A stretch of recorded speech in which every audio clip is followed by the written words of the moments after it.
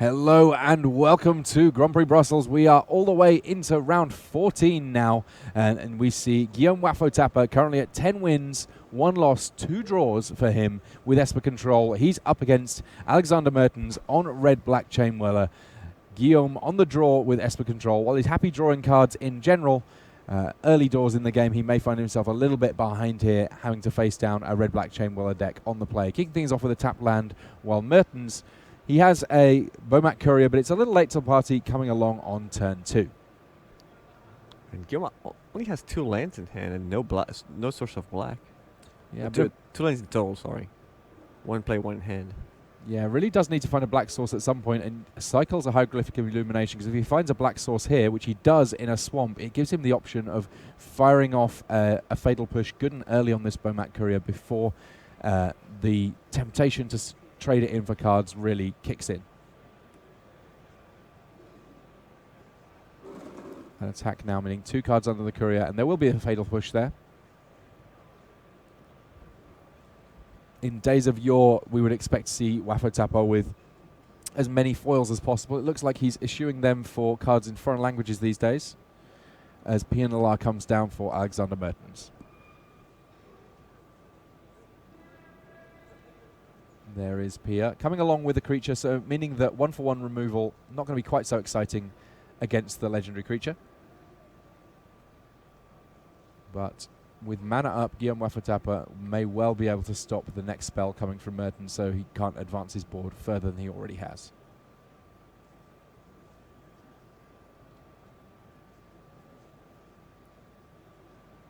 Now, if you're Wapfo here, seeing the attack and no pump, 4 mana, is this going to be a spell that he can reasonably syncopate? If it is, I don't mind firing that one off. Syncopate, one of those cards that you kind of just have to use when you can a lot of the time. He has disallow as well, so maybe in terms of mana efficiency, disallow could be better. Looks like maybe he sees the value in getting Hazoret out for good. And a timely draw of another land here, albeit one that does come into play tapped, but with disallow he'll be able to still hold up answers to anything that comes from hand. He will still be taking damage from this Pia and its Thops token for now, though. Yeah, but with 2 Rascal's Contempt in hand, he has some time to do his 5th and 6th land for Teferi and Gearhulk. Yeah, I mean, the Gearhulk is where he really gets to get on board here. Chandra Torch of Defiance, that one's certainly getting hit by a disallow here. Did not want to see the big Planeswalker resolve. Yeah, he's in a good shape here. Alexander with only 1 card in hand.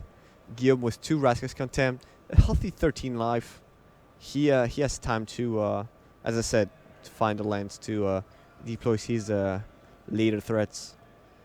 Yeah, I mean, for this control deck, it really does want to get up to its sort of 6th, 7th, potentially even more mana, where red-black Chainwhirler, it's at 5 lands now. 5 lands is pretty much the high water mark for Chainwhirler in terms of what it needs. Pia and this Thopter continuing to swing in.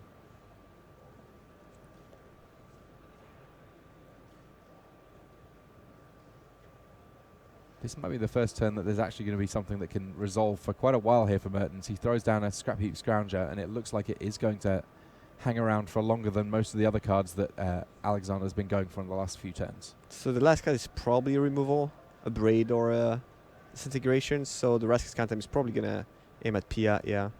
To not leave any... to make these removals not as good. For example, if he had targeted the Scrounger, Alexander could have braided it, and they brought it back later. So no 5th land here for Guillaume Wafo-Tapa. That little stumble from him in terms of advancing his game plan, but with another Disallow and a Vraska's Contempt in hand, plenty of interaction available to him here. He can... No, he has a Disallow, so he's not going to do upkeep Vraska's Contempt on the Scrounger. Without the Disallow, that would have been an option. Now, if you're Guillaume Wafo-Tapa here, you are facing down creatures that are attacking your life total. All right. At what point do you become afraid of the damage that's coming through? So sorry, I was focusing on that action because he decides to play Restless Contempt instead of keeping mana up for Disallow. And I mentioned the fact that playing it during upkeep was better because then Alexander, had he drawn like a Chandra or something, he wouldn't have been able to play it. So sorry. So yeah, tapping out does mean that Goblin Chainwhirler gets come down. But no, my question was, if you're Guillaume Wafo Tapper, at what point does your life total get low enough that you start worrying about individual creatures on the battlefield? You start worrying when you don't have any more removal in hand. That means now. Now you just want your opponent to play cards because that's the only window you'll be able to play counter spells. Yeah, there's not even been a card drawing spell from Guillaume Wafo Tapper here. Oh, that's not a card you want to counter. Yeah, It's probably the worst card you want to see here. and there's even another creature in the graveyard right now in a Bomat Courier. Yeah, that's... Think twice. The cards, a card that Guillaume played in almost every blue deck for as long as Time Sparrow was legal. Yeah, I mean, it's a powerful card. As things stand, disallow on Scrap Heap Scrounger when there is a creature in the graveyard. A necessary evil, I suppose.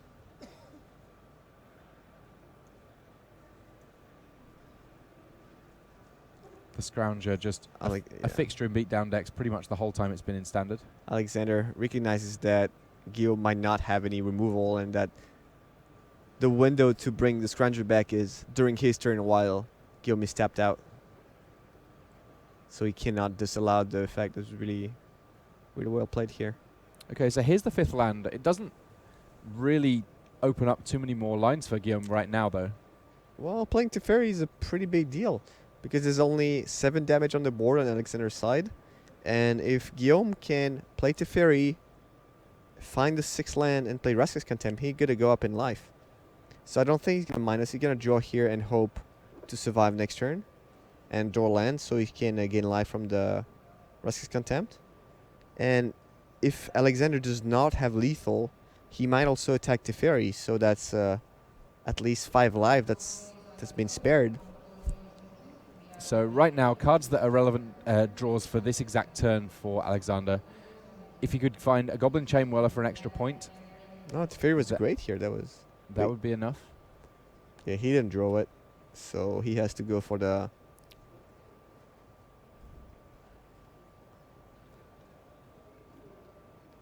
For the Teferi, I think.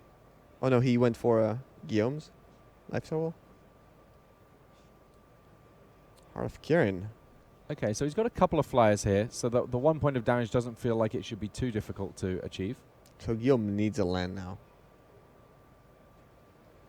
Oh man. Oh, he has the chapel.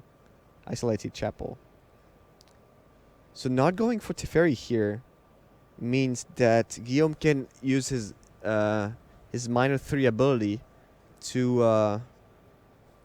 well, take care of one of the creatures, and I think the Scrounger might be the right target here. Would Scrounger be better than Heart of Kirin? I mean, I guess that if you deal with Scrounger, you know that you're always going to be able to block the Chainwhirler. The fact that the Thopter can't crew, not too relevant as things stand because it can just attack for lethal No, anyway. the problem is you don't want to leave... Yeah, alright, Scrounger. You don't want to leave Alexander with too many outs. Because now, if he draws an Abrade, for example, he can just Abrade the target of Restless Contempt. So Guillaume will play the Gearhulk, flashback Restless Contempt, probably on the flyer. Mm-hmm. And if Alexander draws an Abrade, then he will take one from the Thopter and will die. But there's nothing if he he uses cannot- Vraska's Contempt on the flyer, then can't the Chainwhirler just crew the Heart of Kirin? I'm sorry, what? No, the Heart of Kirin will be crewed. But like either way, if Alexander draws an Abrade, he can still, or Disintegration, he will Yeah. kill the Gearhulk.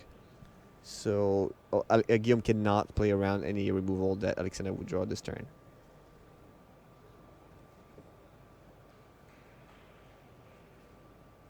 As things stand, Mertens just one more point of damage to deal here. Crews up, swings in. I think it's the one draw. If that card will be... If that card is not a card that wins the game right away, I think Guillaume has it in the bag. Yeah, 3 life. Goes down to 2 off the Thopter 2. damage. Yeah, now Guillaume can gain 2 more life from Restless Contempt.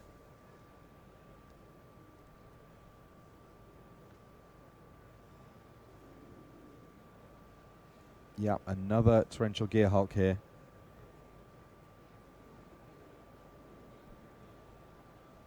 The red-black deck, it fairly straightforwardly dealt 20 damage, but unfortunately for Alexander Mertens, Vraska's Contempt means that Guillaume has been working with slightly more than 20 this game. Actually dealt 22. Because Guillaume... Oh, more than that? Guillaume gained 6 life. Yeah, so... Yeah. 24 thus far. Yeah, take 1. Then he has the mana to cast Glimmer and Disallow on that turn.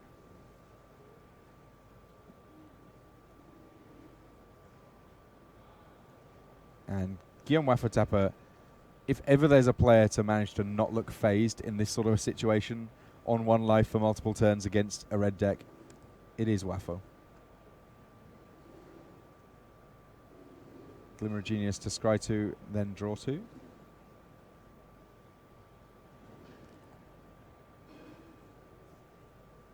He's keeping the land. You got to hit those land drops. It's your control.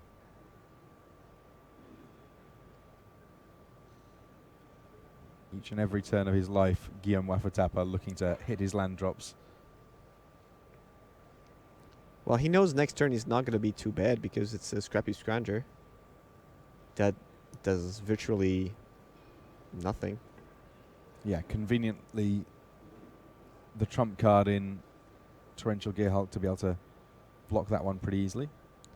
So one option here is to -3 Teferi on the Thopter, play another Teferi, and not worry about just worry about the card that Alexander has in hand. But since he hasn't played it, I don't think he would play it now if it was relevant after a Glimmer of Genius and then tap from Guillaume.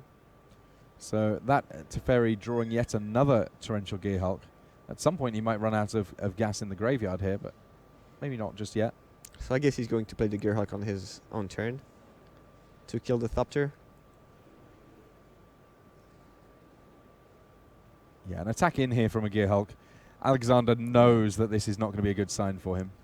Yeah, he's going to put the trigger of Teferi on the stack, so he has mana available to disallow on in the end step, so no surprise here. Yeah, Yep. the fact that Teferi is a card that allows Guillaume Wafo-Tapa to play a game where it doesn't feel like he's tapping out so much on his own turn, even if he is casting spells on his own turn, feels a little unfair to give the Hall of Famer that loves playing control a tool like that one. She decided to kill the Chain Whirler instead of the Thopter.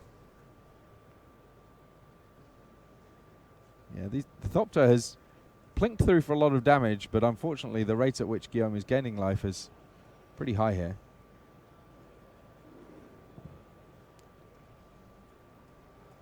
I guess he killed the Chain Whirler so he didn't have to counter on the Braid on the untapped Gearhulk, which makes sense. So a Teferi minus here clears a path for 2 Torrential Gearhulks to swing in, and now it's Alexander Mertens that is facing down a lethal clock. The Scrap Counter would not have been a good blocker in that situation. No, it very rarely is. Does mean that Guillaume's life total of 2 a little bit safer. Sure. Yeah, Karizev getting Essence scattered here. That really just kind of a power play from Guillaume, just showing quite how in control he ultimately was. Picking up game 1 there, and with plenty of time to go into games 2 and 3 and attempt to continue his run. Currently at 10, 1 and 2. A couple of draws already this tournament. But with a game win relatively quickly in game one, he should be able to eke this one out against Redback Chain while these players go to their sideboards. Now, looking at Guillaume's sideboard, he's got a lot of one-ofs in there. He has 3 Glint Sleeve Siphoners, a couple of Infernal Reckonings, a couple of Negates, but once we get past that, it's all one-ofs all the time. 8 different single cards within his sideboard, depending on the matchup, including a Detection Tower, which I guess signals that he is aware of and concerned about the likelihood of there being a Carnage Tyrant somewhere in this room that might be able to otherwise do him harm. No, it's good against Vine Mare as well. Yeah.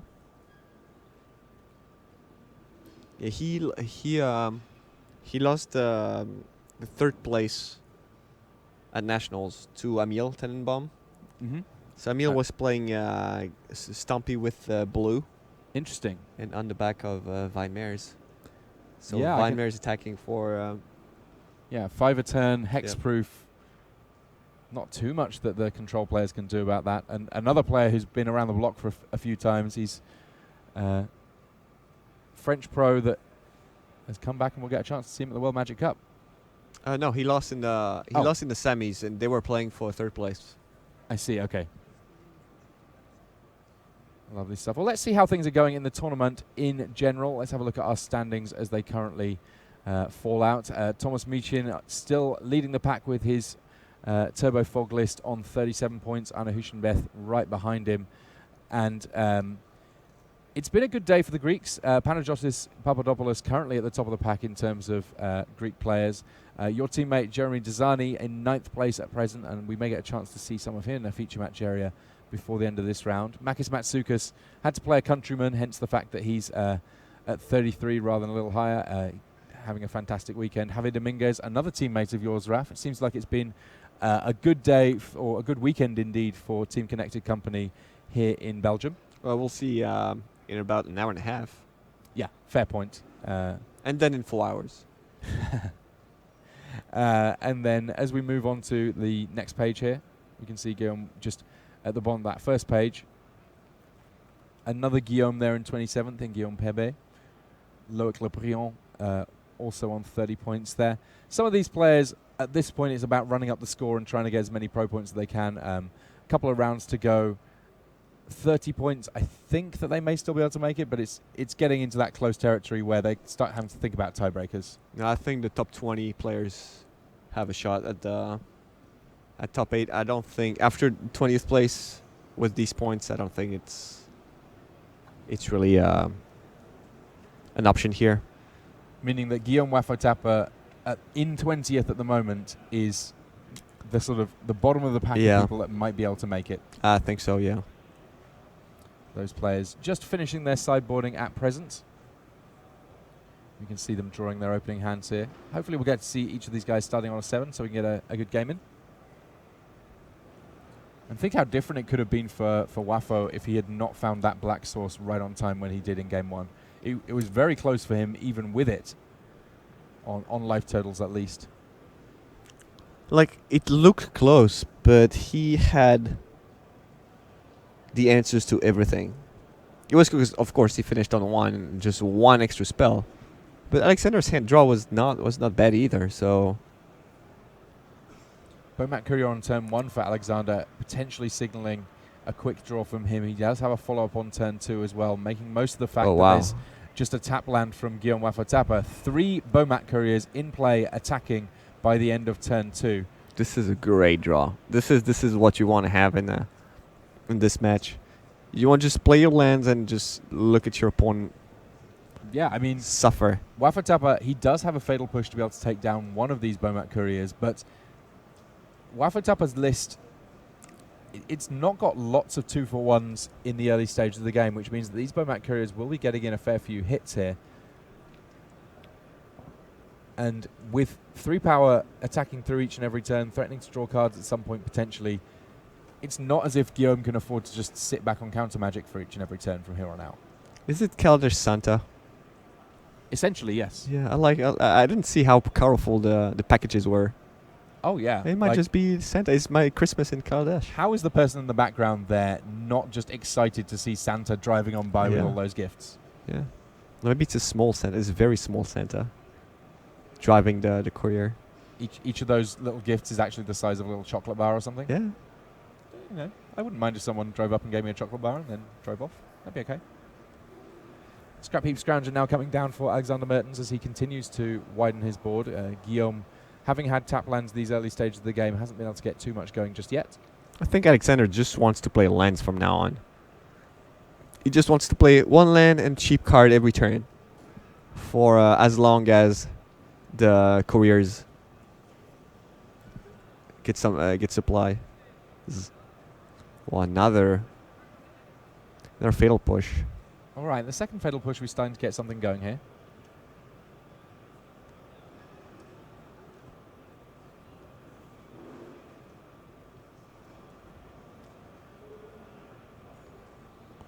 Yeah, Guillaume was had two very good draws in these pushes. Yeah, absolutely. I mean, he needed to find cheap interaction given the cheap threats that had come on the other side of things.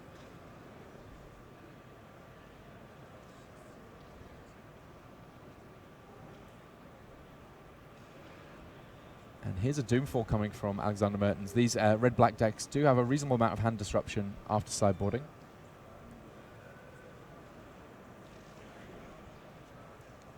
Guillaume extends the cards in his grip here. 2 Hieroglyphic Illumination, a Syncopate, Torrential Gearhulk, and a Glimmer of Genius here. So a lot of card drawing. That's a pretty good hand to show to your opponent because it doesn't actually have the action you want, you would like to have in hand, but have cycling cards to find the action cards, and they cannot be taken away from you because it's going to be after the Doomfall resolves. So yeah, probably take out the counter, the lone counter in the hand. And it wouldn't surprise me at all if we saw Guillaume cycling one or both of these Hieroglyphic Illuminations now. I'm pretty sure he's going to cycle both. He needs the land. He needs the lands to cast, well, both the Glimmer and the Torrential Gearhulk next turn. No, the Glimmer next turn and the Torrential Gearhulk later. Also, if he needs to cast a 4-mana spell, that would be Glimmer and not the Illumination. Illumination, yes. All right, so 2 new cards. Considering that he's just had his hand looked at, there's a surprising amount of hidden information here from Wafo-Tapa. And no mountain on Alexander's side, meaning, yep, wow. Meaning the Bomat is not delivering any gifts. Oh, it's a sad day for the children of Kaladesh. Christmas is cancelled as Bomat Courier number 3 taken down by Fatal Push number 3. So just blame Wafo for that. If you have no Christmas, you blame Guillaume for that. Oh, the Grinch. There he is. Duress now, meaning that Alexander gets a second look at what's going on in Guillaume's hand. The Torrential Gearhulk he knew about. Essence Scatter, not so much. Glimmer. And Glimmer of Genius gets taken away here. That's the card that's going to get Wafo ahead on cards a little bit here. So that leaves Guillaume with no defense. He needs 2 lands, but 2 lands would mean that he would take 2 more hits from the Scrounger. Oh, Spyglass. Cannot be countered. Look at your hand, but I know what there is already. So Now probably a Teferi. Yeah. I would say Teferi. I don't see any. And land number 5 coming down for Guillaume. So 1 land away from Torrential Gearhulk. I mean, if he can get a Torrential Gearhulk down, it'll certainly be a big deal. But just a pass with no land played for Wafo-Tapa. It may be that we're going to be getting onto a game 3 pretty shortly here. Disallow was the pickup. Also, there's no Rascal's Contempt in Guillaume's graveyard, so he cannot gain life here. Essence Scatter. Oh, what? Infernal Reckoning, that's a great pickup. Gets to So he does have a way to gain life after all. exiles Scrap Heap Scrounger, even gets to gain some life here. Looks like they might just be getting the Oracle wording on that one because, as with so many of Guillaume's cards, it is not in English. There we see it. Exile target colorless creature. You gain life equal to its power. Guillaume exiling Scrap Heap Scrounger and going to 4. That a gigantic play. And he has to disallow to counter the Scrap Heap Scrounger from to the ability of the Scrounger to come back next turn. Yeah, I like it a lot. Oh, it doesn't matter if he draws a land. Yeah, he just can gets to he can flash it just- back with yeah. Torrential Gearhulk. Wow, that was such a great draw. An M19 card that it has a very narrow application, but when you get to use it, incredibly powerful. Well, you have 8. No, you have 10 targets in this matchup. So disallow being used on Goblin Chainwhirler here. A land would probably mean that Alexander's in trouble. Then tap land, sorry. Oh, man. Basic Island, the best land ever. Such a master. Even that basic island is in Japanese here. And Alexander knows the game is just... it just slipped away. Because if he brings back the Scrounger, Torrential Gearhulk, he's going to flash back the Infernal Reckoning. And thing is that getting back the Scrounger might still be the best thing that he can do this turn. Actually, no. Actually, not getting it back is probably better. Because as soon as Guillaume plays his Gearhulk, that means the way is open for the Scrounger to come back. Okay, so here comes Khan Sign of Urza, and that gives a question point for Guillaume Wafotapa. Does he want to use his Torrential Gearhulk to be able to flash back a counter magic here? I think the play from Alexander would have been to pass the turn and do end of turn or upkeep Scrappy Scrounger to force the Gearhulk, because Karn is quite the threat here. Yeah, a fantastic test spell at the very least, and does resolve. All right, so it resolves. All right, Alexander now needs to figure out what to do with his big Planeswalker. I think he's going to +1. All right, which mountain do I get?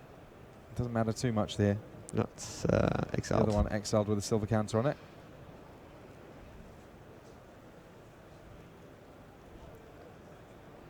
And Wafotapa, end of turn. Oh, he's glimmering. Yep.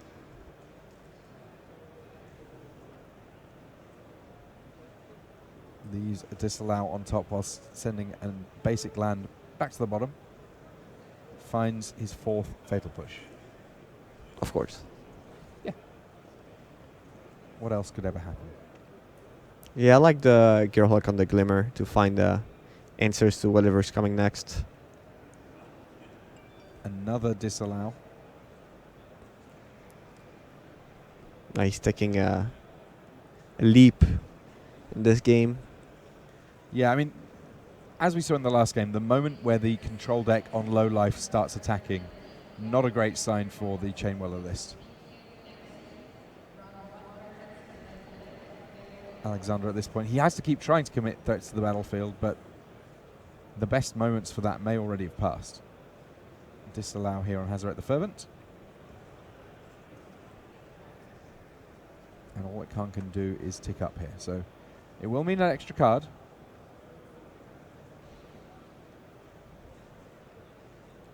Yeah, overall, Karn not been as good as it could have been in this game. And Waffle realizing that, yeah, Karn isn't doing a whole bunch here. Best up, just trying to chip on through. Glimmer, end of turn was just better than a Karn Planeswalker. As things stand, Guillaume has been able to deal with Khan over a couple of successive turns of attacks. And he's left with a disallow and a fatal push. Yeah, between those two, he's got answers to most things. It's just going to be a matter of whether or not Mertens can somehow cast enough cards in a single turn that he might actually be able to get out of this. And he doesn't really have the lands to do that, really. Well, he can end of turn bring back a Scrounger, which is pretty good. Because Waffle is only on 4, so he can bring it back. If the first activation meets a disallow, he can do it again. Oh, wow, another Gearhulk on the Waffle side. That's Yeah, the second Torrential Gearhulk means that he's that much safer from attacks. It means that all of those cards in the graveyard are now live to be able to help out depending on the situation. including the Reckoning. Yeah, I mean, the fact that the Reckoning represents extra life gain Yeah. as well is just gigantic.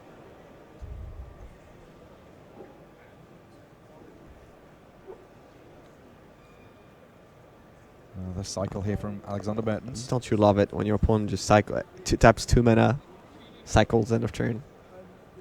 Yeah, I mean, of the scary things they could be doing, it's among the least scary. It's full on sort of Care Bear mode in terms of scary. Yeah.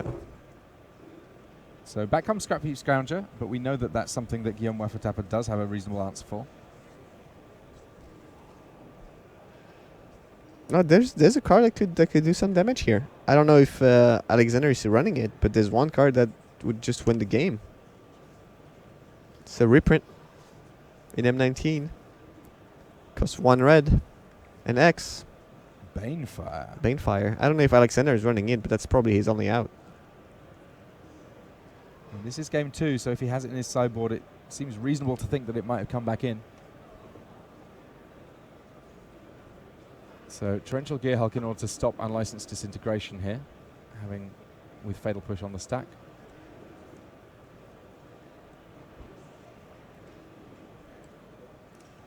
Oh. He can bring it back in response? Is that... Well, what happened here? So there was a Fatal Push, responded to with Unlicensed Disintegration, responded to with Torrential Gearhulk to counter the Unlicensed Disintegration. And now the Scrap Heap Scrounger coming back. Oh, yes, I see. So that was Guillaume having to burn through a few resources there, but he's still got cards to work. He still has another Disallow. A little bit of a shame that he wasn't been able to gain a little bit more life, but these things happen. So what do you do here? You attack with one Gearhulk and threaten lethal next turn? Or you attack with both and keep one counter back up? What does Guillaume think Alexander has in hand? And attacking with at least one so that you can threaten that clock seems like a good plan. I'm not quite sure how much is added by attacking with the second one, but it seems like... Yeah, that means that if Alexander draws a blocker, he doesn't have to kill it or block it. Yeah, so he can afford to let many creatures resolve now, I guess.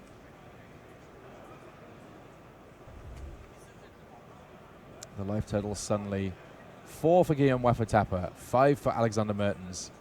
Wafo a game up thus far. This is Chandra, and what's the last card? The land. If it's only one business spell, then business will be closed. And business is going to be closed for someone very soon, regardless. Well, if Guillaume loses this game, we still have more business to go through. Right, it's business time. Here comes Chandra, and that one will need to meet a response. Disallow on the Planeswalker. Is there any more? Is that card a disintegration? Yep. Is that card a Chain Whirler? Disintegration? There's a lot of cards that could be that would close the game, but no. Mertens has had to just pass things back here. 2 lethal Torrential Gearhulks going to be heading on over, and a Vraska's Contempt, a fantastic pickup, just a little bit more security, and there's the handshake. Guillaume Wafo-Tapa, A life for top 8. control, just doing it, winning on 1 life, 2 games in a row. That's how the Control Master does it. Lovely stuff from Esper Control, and you can see a little smile there on Guillaume's face. That's about as much as he allows himself per match, but once again doing it in the feature match area, picking up the win there, and that means that is the end of our first live match. Does not mean to say that we do not have more Magic for you, though. We're in the red zone. We have players vying for the top 8 slot soon enough. We will have more Magic for you after these messages.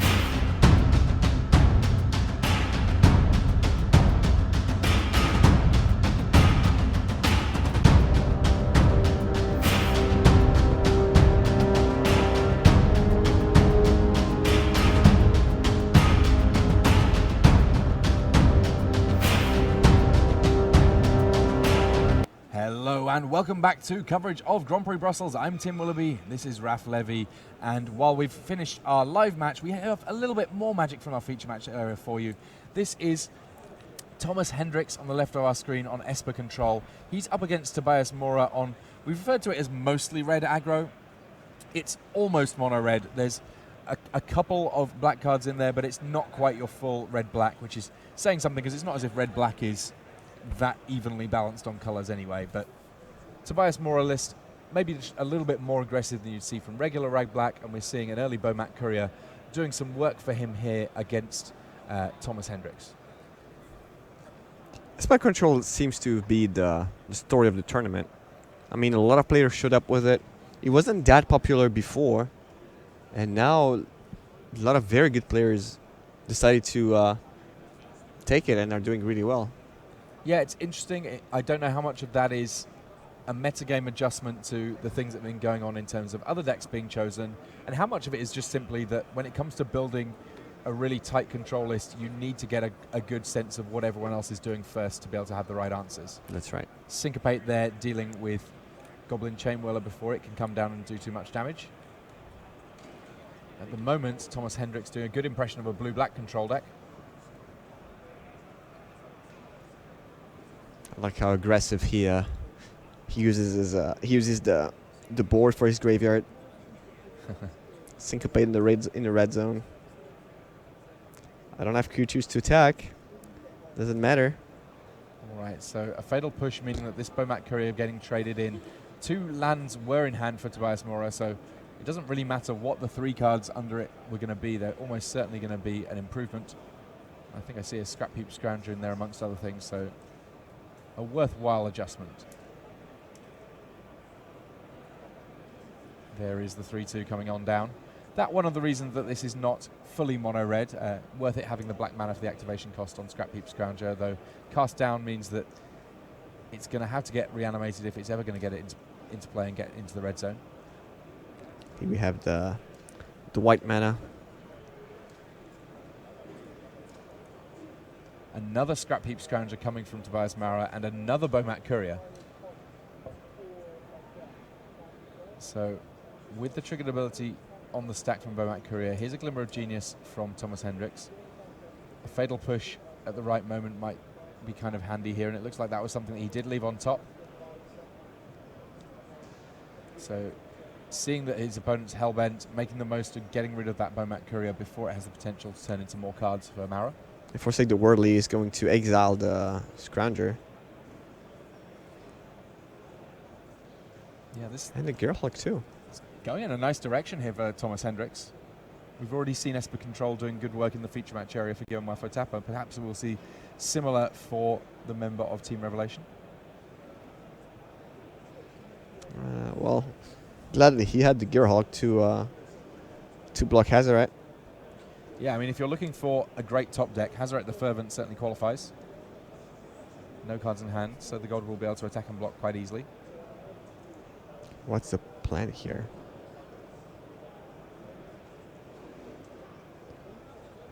Yeah, I think you kill. Or what do you take? What do you kill? Or what do you play Glimmer? Take 7th and play Glimmer? A little bit of a decision here. Or do you kill any of these guys? This.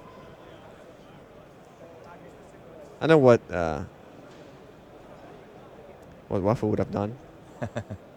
Wafo definitely unafraid to take a little bit of damage. So he blocked Scrounger, not Hazoret. Decided to take 2 more damage to kill one of the offenders. Now, it looked to me like Hendricks drew very fast that turn, not interested in using Search for Azcanta. And he has now a second copy of Search for Azcanta in hand. So I think I don't know about that block on the Scrounger though. Yeah, that was just a loose play because he could have just milled that one. The block of the Scrounger, not a big fan, because then Tobias has 2 Scrounger in the board in the graveyard, and then he can might bring even be one back. 3, I think. Yeah, but still, you put one creature in a graveyard when he has an answer to it. So he could have saved 2 life and played Forsake the Worldly on that turn and kill and exile one of the Scroungers. So a lightning strike being revealed here after blocks have been declared. Yeah, Thomas just time walked himself that turn. Tricky spot he finds himself in here.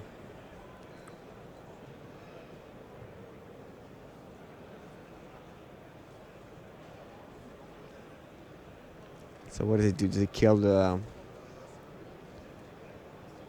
Is he still thinking, or is he of the target? About the target, or is he... Or is this Thomas' priority?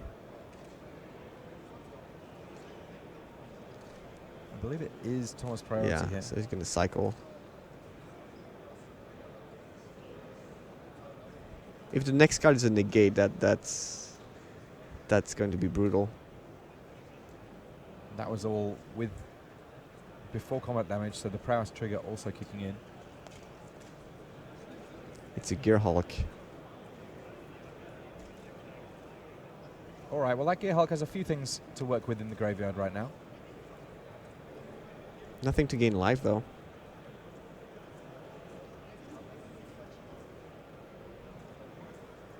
And this, I guess, sort of the nice bit about being on the red side of the table is that we kind of saw the little shrug there and attack in. In order to get to parity, Thomas Hendricks, I feel, has had to work a little bit harder. And when Hendricks taps out, a lightning strike is enough to seal up game one. That means that Tobias Mara, the one that's currently a game up as we go into our time walked game 2 here. Soulscar Mage, the early turn 1 play here for Mara. Nothing too early here from Hendricks. Looking on as he just takes a single point from the prowess creature. And a second one. Some pretty severe diminishing returns on these mages unless you're able to get lots of prowess going on. Well, having a early pressure is always nice. I mean, you'd rather draw these guys on turn 1, 2, and 3 than on turn 10, 12, 10, 11, 12. Yeah, that's fair enough. Get them out there, get some damage with them where you can. Especially against this kind of draw. Yeah, and when 3 mana for 1, that's fair deal. as things stand at the moment, prowess triggers do add up pretty quickly. Chandra Torch of Defiance will represent a prowess trigger, for example. And it looks like Thomas caught without a counter spell. Now he has a Restless Contempt, so he's probably going to kill Chandra here and put one of the Restless Contempt in the graveyard, which is extremely relevant for later plays with Torrential Gearhulk. And is just about hitting his land drops as well. So Thomas Hendricks, even though he's taken 7 already this game, looking in pretty reasonable shape. Well, there's a lot. Mostly red aggro means that there's direct damage. So True, we've already seen lightning strikes from game 1. yeah. Another Restless Contempt, that's good.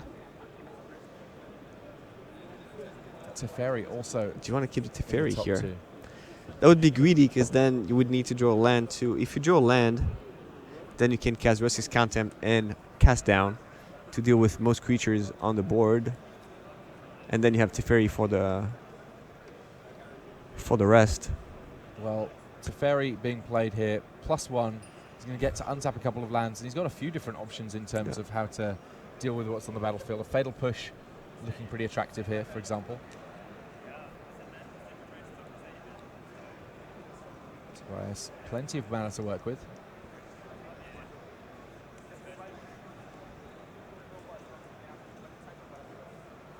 But I could see Teferi being a good choice here as a pickup for... Wow, Ooh. Banefire for exactly 5. That's not going to be counterable. And Fatal Push. Attack for 4. Yeah, those prowess triggers really making a difference here. Torrential Gearhulk or no? That's kind of the world that we live in right now. Well, Tobias cannot play around Gearhulk anyway, so he kind of hopes that Thomas does not have it, but Thomas has more removal spells in hand. So.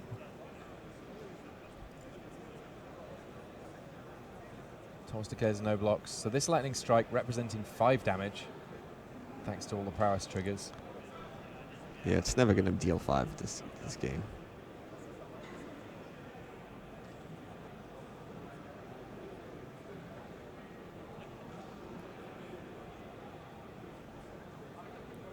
Ether Meltdown there, meaning that this first Soulscar Mage won't be dealing any damage. And a Vraska's Contempt not only means the second one not dealing damage, but actually Hendrik's life total moving in a happier direction for fans of Team Revelation. That leaves him almost dead to a Hazoret here. Glimmer of Genius. Yeah, Hazoret plus the discard would do it.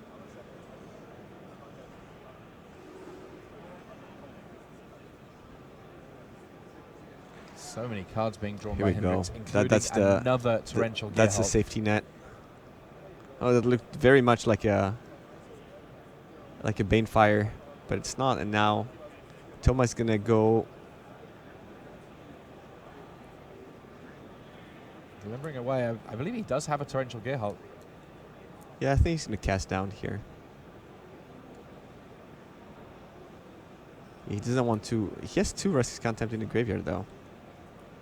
I think he wants to get out of reach of Banefire. Because that's the only way he can actually lose this game. Yeah, the fact that he's seen 1 makes it all the more scary making decisions in future turns. I think on this turn I would have flashed back to Restless Contempt just to gain 2 life. Because if Tobias' last card in hand is a land, that would be a Banefire for 8, right? Yeah, it would be Banefire for 8. Alright, he drew a way to gain more life, so he's safe now. Yeah, Essence Extraction, yet another way of gaining life in this Esper control list, at least after sideboarding. And it's funny to say, but with the life total 6 to 15, this red aggro deck might be the one on the wrong side of things here. Might be. That second Torrential Gearhulk suggests it could easily be the case.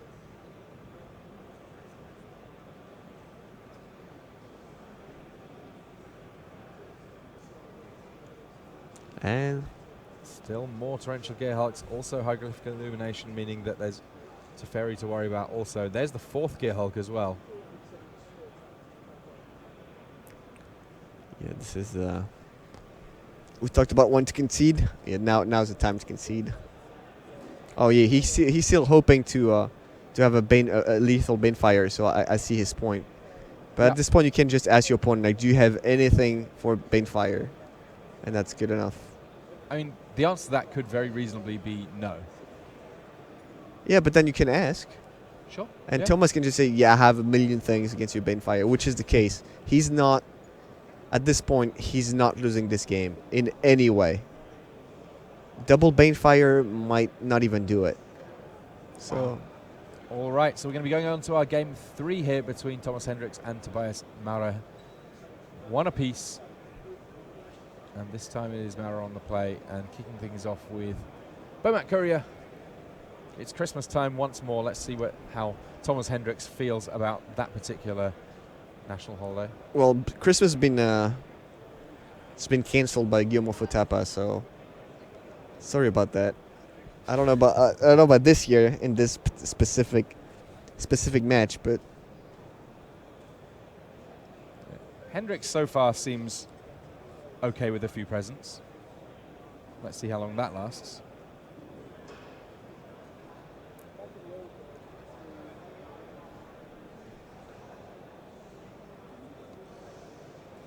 he's gonna get a little behind on curve here, not playing the turn 2 search, and if Tobias plays 2, yeah, that's what Thomas did not want to see, I think. I mean, Ether Meltdown, a kind of nice answer to a Scrap Heat Scrounger. You can leave it in play, Yeah. but it really won't do a whole lot.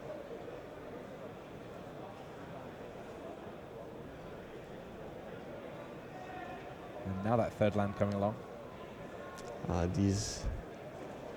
These career. This is gonna be Christmas. This is 24th of December. 11:58. The carrots laid out for the reindeer. Yeah. Santa's just trying to figure out the best way down that chimney. Ho, ho, ho. You can hear him coming. You hear the ching, ching, ching. Sleigh bells ring. Are you listening? Yeah, no fatal push, no cast down, no restless contempt. These little guys are going to go all the way. A braid there in order to get the scrap heap scrounger in the graveyard. Yes, it's not going to do anything else at this point. Yeah. I don't think he wants to play his phoenixes here. I don't think he wants to leave his land tapped this turn. Like playing Chandra is most likely going to be countered. But then that would leave Thomas with no mana available to cast a Glimmer. Yeah, I think passing is fine. Still more cycling here happening from Thomas Hendricks, who does find a fatal push. But with all that mana untapped, Tobias can quite reasonably cash in either one of his Bomat Couriers to have a look under the tree.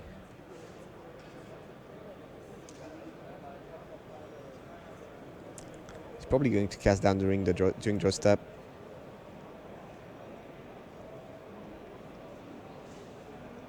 Well, he has passed the turn.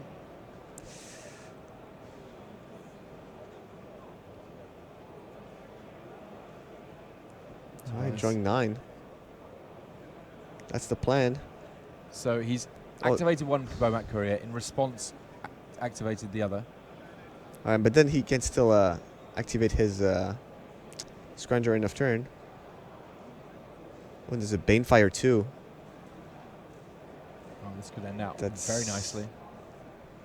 The Banefire only becomes uncountable when X is 5 or greater, so Tobias will need to build his mana base up just a little bit before that's the case. Nice curve here to be able to bring back the Scrounger. And a lot of cards that don't do well against Banefire. Yeah, I mean, Banefire, from the point that it was printed, was obviously designed to be good in this kind of a matchup. Yep. It didn't ever really see a crazy amount of play the first time round. Like, it was indexed, but it was not sort of the exclamation point on too many decks.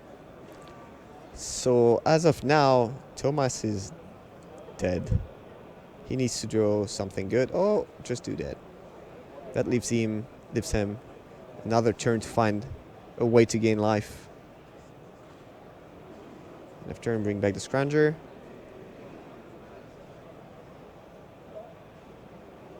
Oh wow, that's a really nice pickup here. Yeah, Uncroc Crasher, meaning that this can be a pretty decisive set of attacks. So do you attack Thomas here? So it would be on 4, and he has 6 mana next turn. I think you do. You attack, yeah. On Thomas, most of the time you have to attack Teferi, but this time Thomas does not have a way to gain life. Picks up another Teferi using Teferi, and that meaning that this looking pretty good for Tobias Mara here. Each of these players 11 and 2 looking to challenge for top 8 here in Brussels. So wait for Thomas to have won that game, which is to draw an Infernal Reckoning like right away, go up to 7, and then block the Crasher, and hopefully Tobias doesn't draw anything pretty much. I mean, even blocking the Crasher can be a little fiddly here. I was with the Gearhulk. So Teferi dealing with one of the creatures on the other side of the battlefield, Yeah, but we know that that's unlikely to be enough. Healing Grace would have been good here, but no, Banefire is gonna do the job. So Banefire just for 3 here. He's on. I think he's on 1. That's why. That will do Oh, it. Fight was fire. Tobias Mara picking up the win there. Banefire, a card that we've not really seen in our feature match area too much this weekend, but doing fine work there against these control decks. Congratulations to him. Just 1 round left to go before we get to our top 8. Do not go anywhere. There'll be more coverage from Simon and Riley after these messages.